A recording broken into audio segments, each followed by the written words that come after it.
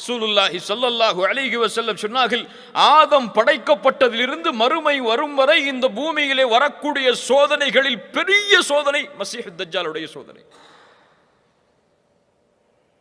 இந்த மஸீஹுத் தஜ்ஜாலுடைய சோதனைக்கு நெருக்கமாக கபரில் நீங்கள் சோதிக்கப்படுவீர்கள். அல்லாஹு அக்பர். உமர் பின் கத்தாப் ரலியல்லாஹு அன்ஹு அதன் காரணமாகத்தான் சொன்னார்கள், ஹாசிபு அன்ஃபுஸக்கும் கப்ல அன் துஹாசபு. அல்லாஹ் உங்களை விசாரிப்பதற்கு முன்னதாக நீங்கள் உங்களை விசாரித்துக் கொள்ளுங்கள்.